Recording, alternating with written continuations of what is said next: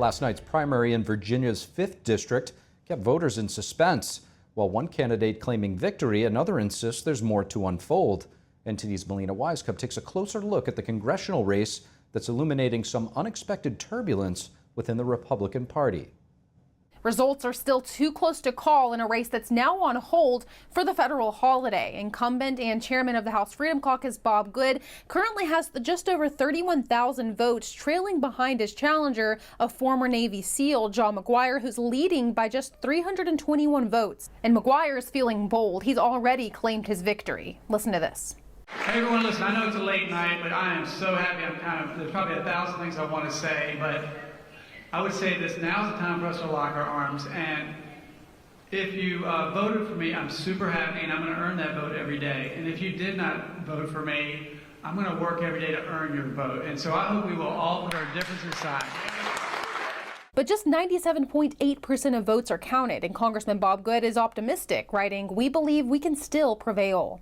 It's the most heavily funded race in Virginia, with many of the Republican Party's biggest players also invested for personal reasons mainly. For example, former Speaker Kevin McCarthy targeted Good after he voted to oust the Speaker last year, and former President Donald Trump has repeatedly attacked Good for initially supporting his opponent, Governor Ron DeSantis, in the presidential race. And many Republicans are split on this race. Even staunch Trump supporters broke ranks to support Good, while others, like Congressman Warren Davidson, want to see him go. If Good is booted from Congress, it would be the shortest tenure yet of any House Freedom Caucus chairman. We'll know how this story ends on Thursday when the vote counting is finished.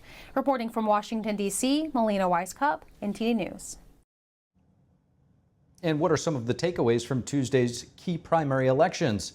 And how did national politics and national profiles influence those results? Joining me now is national political strategist Brian Seichik. Brian Seichik, thank you so much for joining.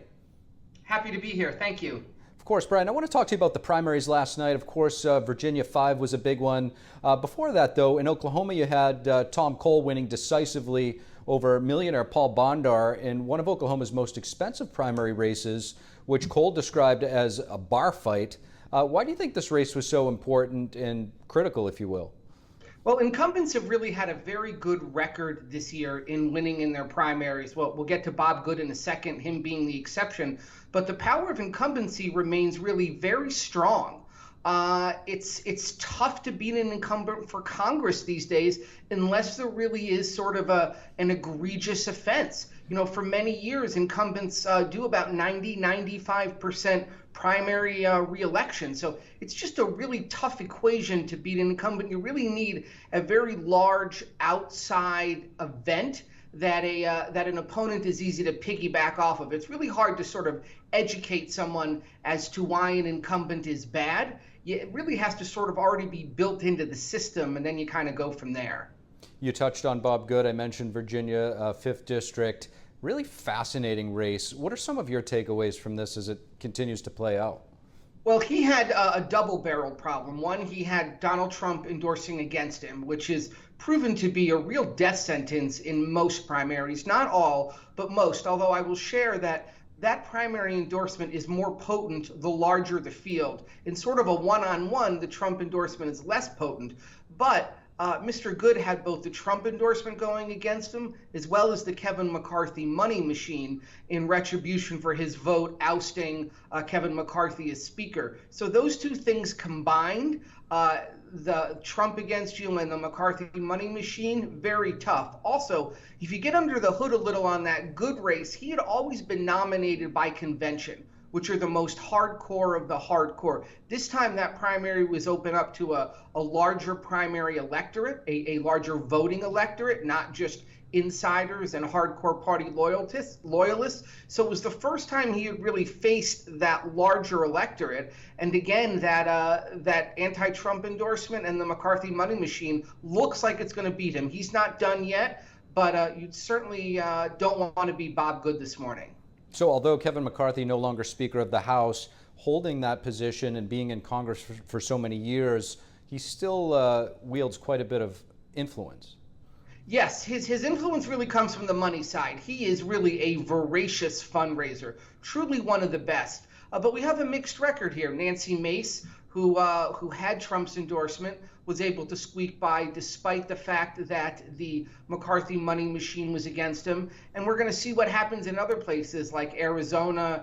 Eli Crane is going up against McCarthy and some of those folks. So we don't really have a judgment yet on how Team McCarthy is going to play. But so far, Nancy Mace gets passed, and it does not look like Bob Good will. Let's also understand that the Bob Good sort of taking incoming from Team McCarthy has other benefits for Team McCarthy as well.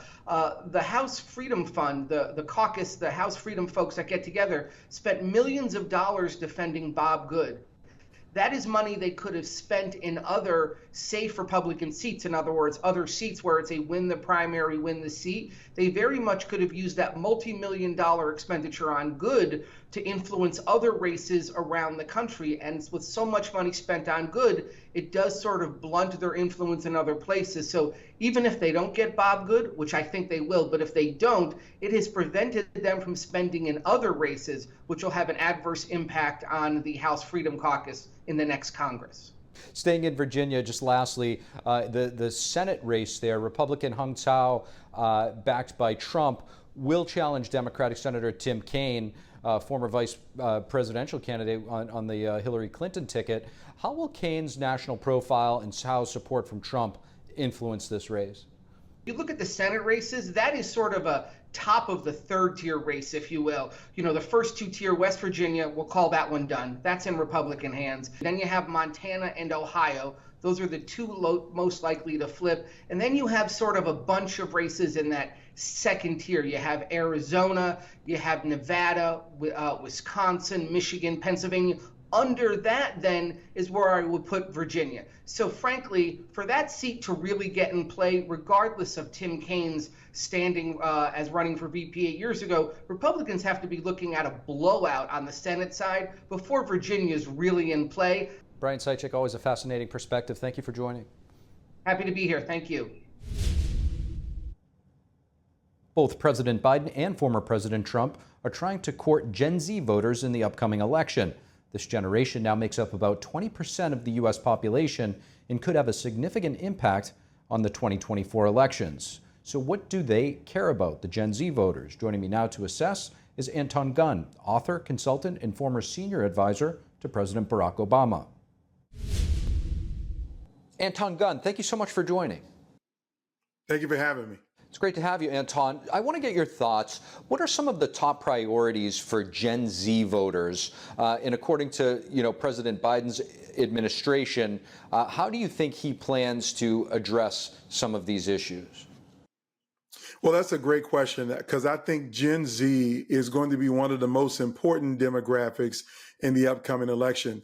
This generation is so socially conscious and aware of all of the issues that impact their quality of life. They're very, very focused on their quality of life. Also, the economy will be a top driver for them, as they are a generation who are starting off with less revenue and income than their parents had. So those issues would be incredibly important. And I would say, if we think about the social context of those issues, things like reproductive health, living wages. This generation is overwhelmingly in support of labor unions and labor organizing. So the social consciousness of this generation is going to be an important one for all campaigns to pay attention to. And I think the Biden administration has a strong predisposition to already have been leading on those issues and creating a pathway to get the support of Gen Z. That was going to be my next question. What do you think President Biden has done in his 3+ years in office so far that he should be touting to those voters, for the upcoming election? And what actions has the administration taken to involve young people in the political process to ensure that their voices are heard? Yes, that's a great question, particularly that last component, because although Gen Z is an important part of this election and they're 20% of our population, we all know historically that young people do not generally vote.